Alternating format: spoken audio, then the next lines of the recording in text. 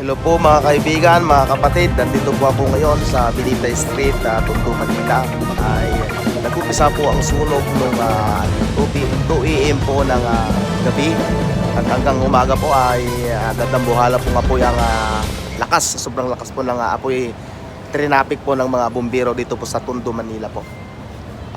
Ako po si Sagay, nagbabalita po dito sa Tondo, Manila sa Binita Street. Nagsahang mga traffic ang pangyayari po dito sa kalsada po.